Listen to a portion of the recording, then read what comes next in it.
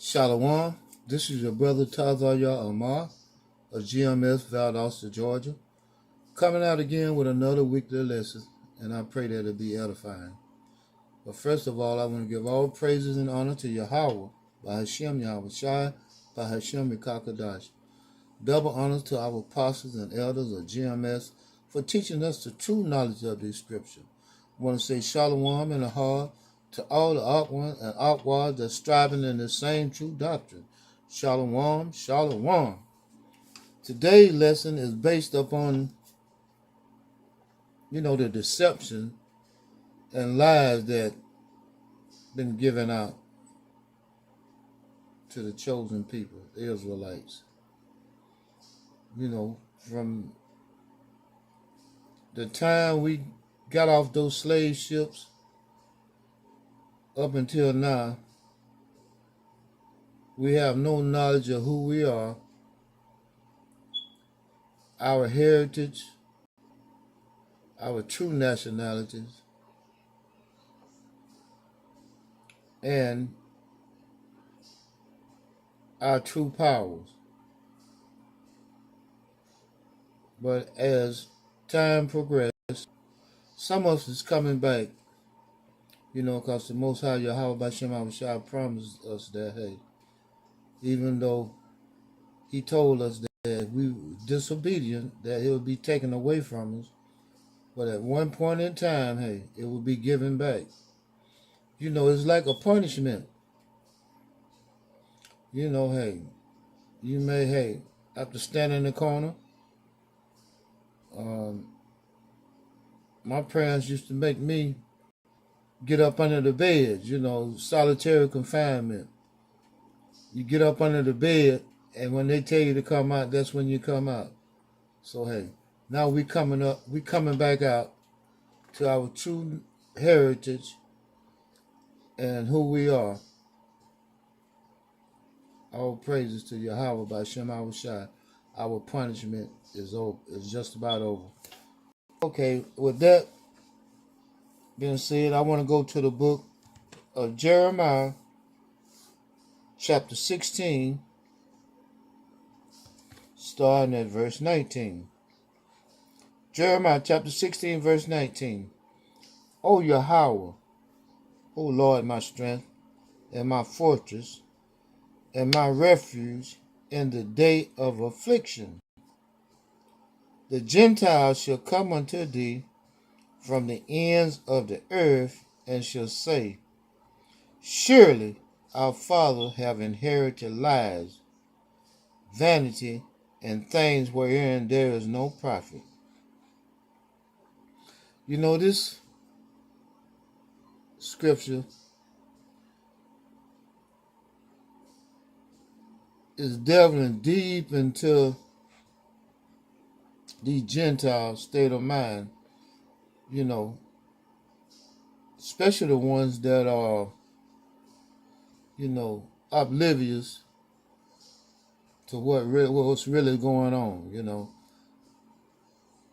Unbeknown to a lot of them, they have no idea that they have been bamboozled, just like Jake have been bamboozled. Led into a false doctrine and a false narrative. Hey, that has no profit in it, because it's all about lies, And then, this sort of make you want to have a little empathy for Israelites, that are dispersed amongst all the nation that look like some of the other nations. Now they caught up in the mix. All because of lies.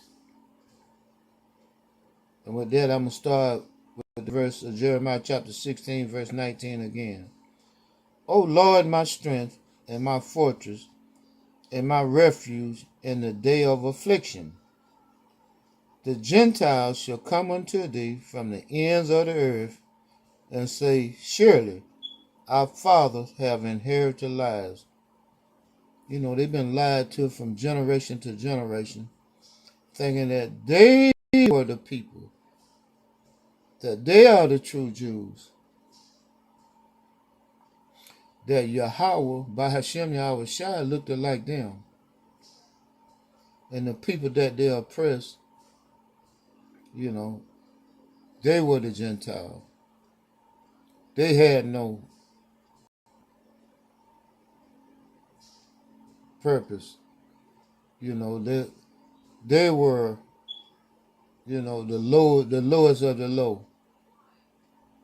You know, they were the base men and women.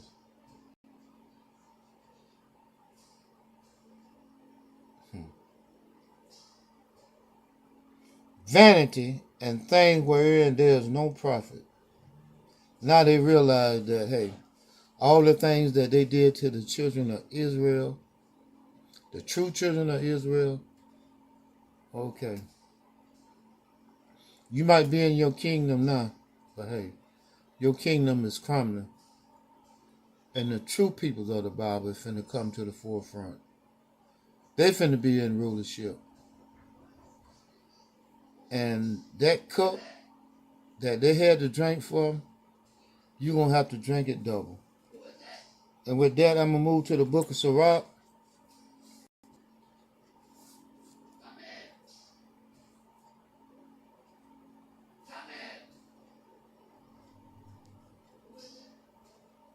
The book of Sirach, chapter 41, starting at verse 5.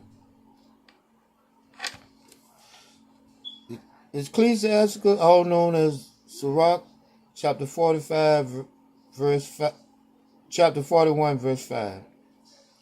The children of sinners are abominable children, and they that are conversant in the dwelling of the ungodly. The inheritance of sinner children shall perish, and their posterity shall have a perpetual reproach. And I'm going to read that again. Matter of fact, I'm starting Ecclesiastes chapter 41, verse 6. The inheritance of sinner children, the real ungodly children, shall perish, and their posterity shall have a perpetual reproach. Hey, all the people that had us up under their subjection, that, hey, that we were booty for, that had their foot on our neck, they going down. And they going down with a mighty way. And the perpetual hatred that they have for us going to be returned unto them. Ecclesiastical chapter 41, verse 7. The children will complain of an ungodly father. You know, you got Edomites now that want to say that, you know, it wasn't me. I didn't have anything to do with it. My family, we migrated here from different European countries. We didn't own slaves, which is a lie.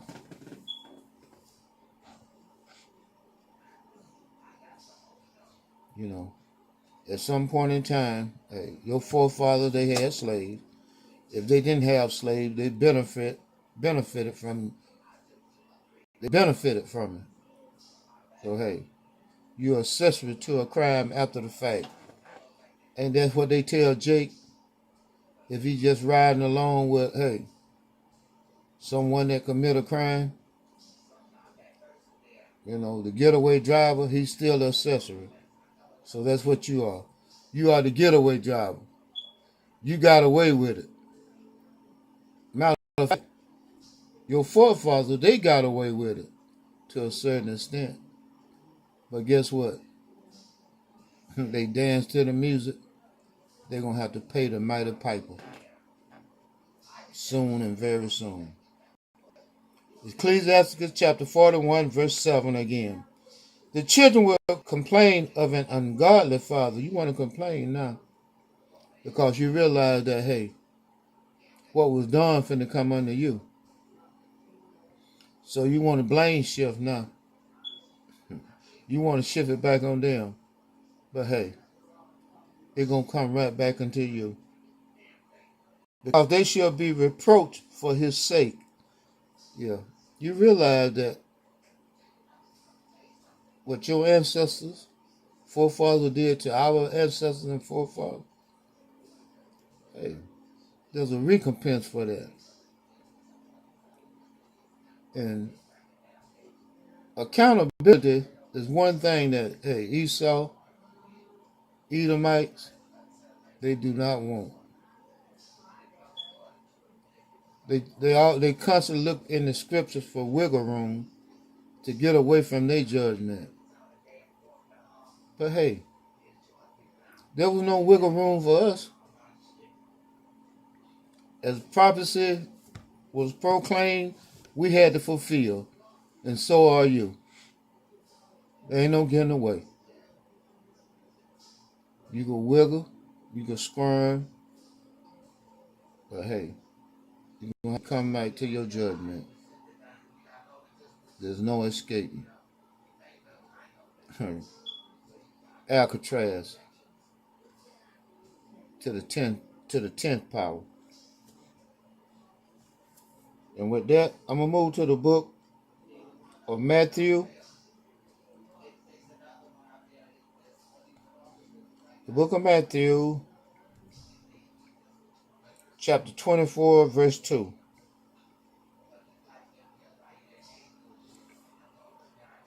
And Yahweh said unto them, see ye not all these things? Verily I say unto you, there shall not be left here one stone upon another that shall not be thrown down. Okay. And with that being said, hey, all going to have to be fulfilled. The trials and tribulation and persecution that we went through, you're going to have to go through it too. There's no escaping your judgment. And why would you want to escape your judgment?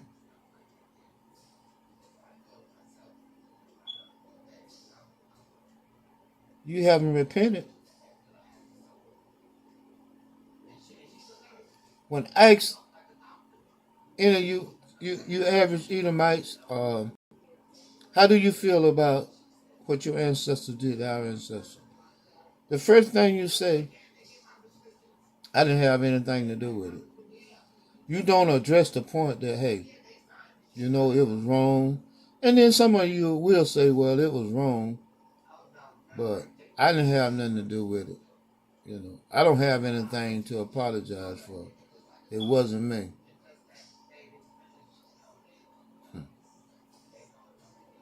That's that prideful and boastful attitude that you got. You should be vexed in your spirit when asked that question. Not to be so proud and boastful that you can say that I didn't have anything to do with it. We didn't own slaves.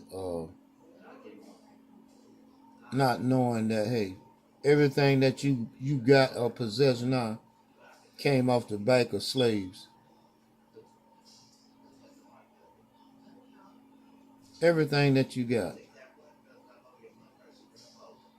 The insurance on your car, the insurance on your house, the mortgage payment that you may have, your bank account, all that came off the back of slaves.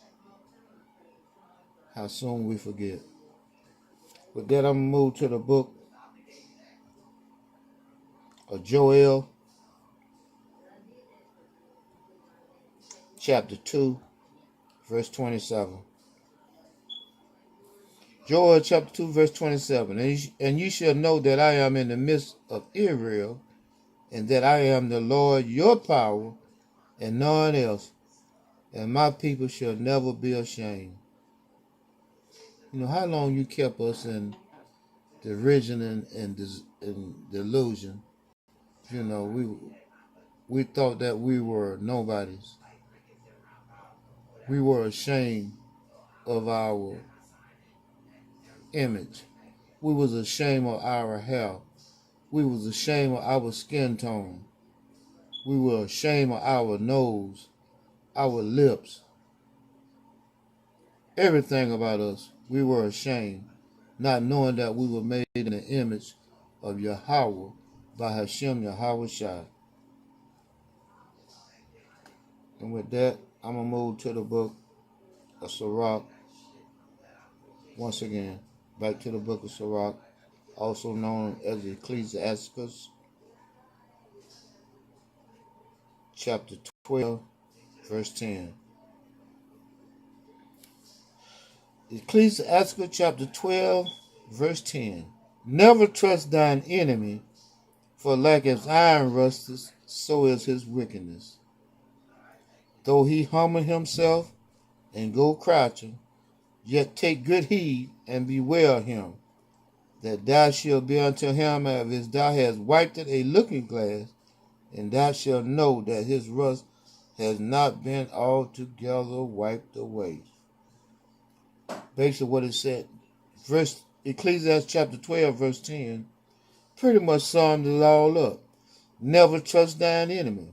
No matter how he come upon you, all meek and humble, speaking good words smoother than butter. Never trust thine enemy. But a lot of us will still take that pat on the back and that painted on smile as a token of friendship. He'll never be your friend. Now, if there's a situation where you beneficial to him, of course, yeah. To your face here, he's a pretty good old guy. But let me remind you, if you sit at his dinner table, you drink a cup of coffee or you eat, whenever you leave, trust me, they break that plate, throw it in the trash.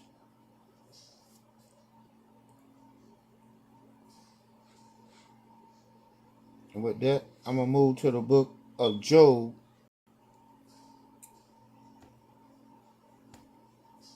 chapter 9, verse 24. Job chapter 9, verse 24. The earth is given into the hand of the wicked. He covers the faces of the judges thereof. If not, where and who is he? Now take heed to that. What was the purpose of them doing that? And then you got a percentage of our people say, well,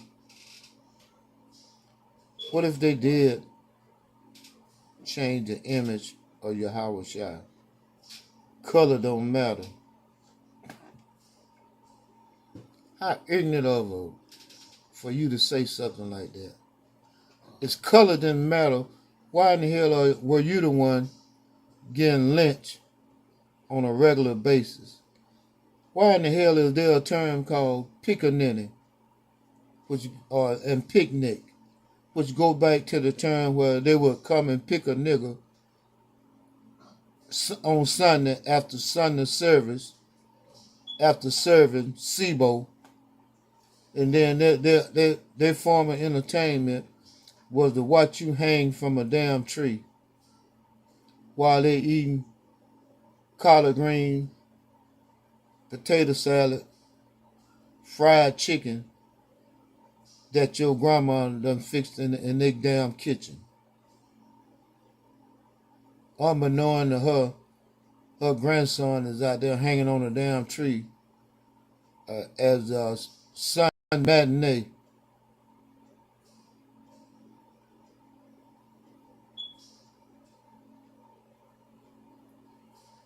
Ooh, they devil got a lot to pay for. And those just the things that we know about. Imagine all the things that we don't know about. Native Americans in the treaty that they made with Esau.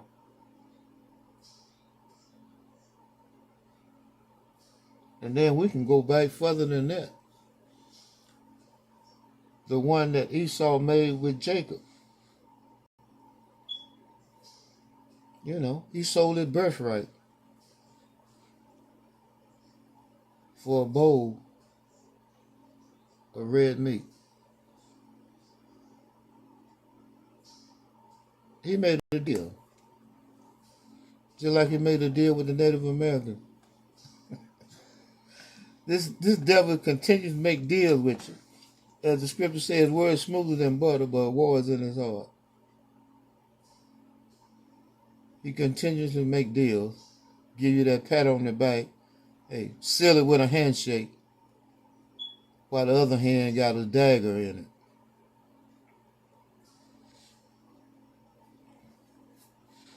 You know, that brings me to the our Levi brothers. You know, during the Haitian French Revolution, where the Haitian defeated the French with machetes, hoes, shovels, sticks. When the French had the modern weapons of their time. And then after being defeated, they coerced Toussaint L'Ouverture to come to France to work out another treaty, compromise between Haiti and France. And Toussaint L'Ouverture went against the better judgment of his councilmen and took the trip over there to France. And upon arriving in France, they put him in a prison and starved him to death. And it's been said that the guards had bets on how long he would survive without no food and no water. And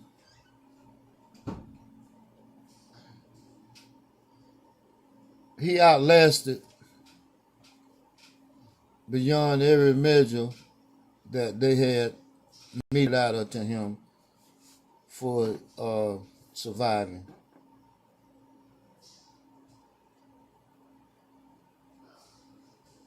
As it was said, some said 2 weeks, some said 3 weeks, some even said a month.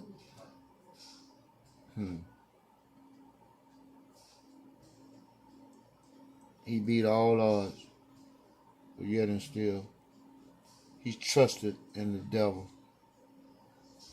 And with that being said, I'm going to close out. Never trust thine enemy, for as iron rusted, so is his wickedness. All praises to Yahweh, by Hashem, Yahushua, by Hashem, Rekakadash. Double honors to our apostles and elders of GMS for teaching us the true knowledge of these scriptures.